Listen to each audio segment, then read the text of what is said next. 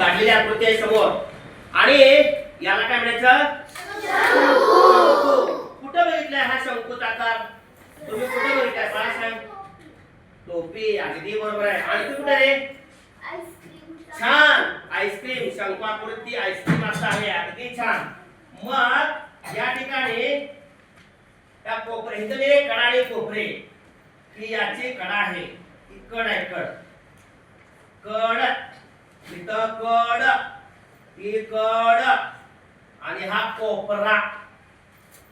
मला सांगा आणि हा वक्र भाग आहे.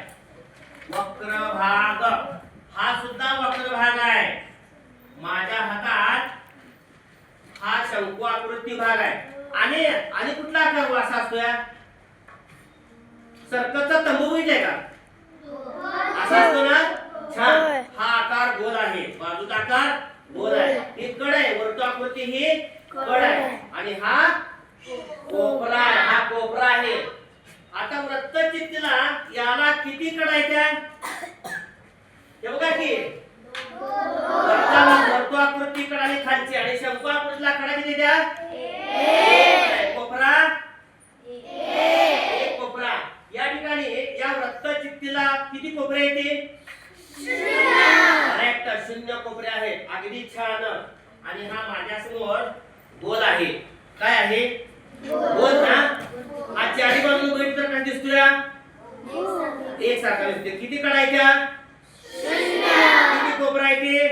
0. राईट. आता हा समोर भाग धरायचा. हे घ्या कोणत्या हातात? मी विचारलेल्या प्रश्नाचं उत्तर द्यायचं मात्र. त्याच्याकडे बघ तू. त्याच्याकडे असं बघ. त्याच्याकडे असं बघ. बघा हा बघ असा धर.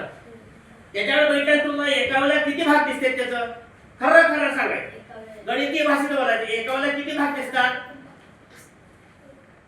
एका वेळेला एकच भाग दिसतोय. हातात घे धर. एका वेळेला किती भाग दिसतात सांग. करेक्ट. छान.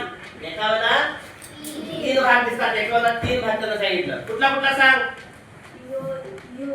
हा अगदी छान. त्याच्यासाठी टाळ्या. वृत्तचित्ती असो तुमचा घन असो याकडे पाहिल्यानंतर एका वेळेला 3 भाग दिसतात. समजला? ओके बंद कर.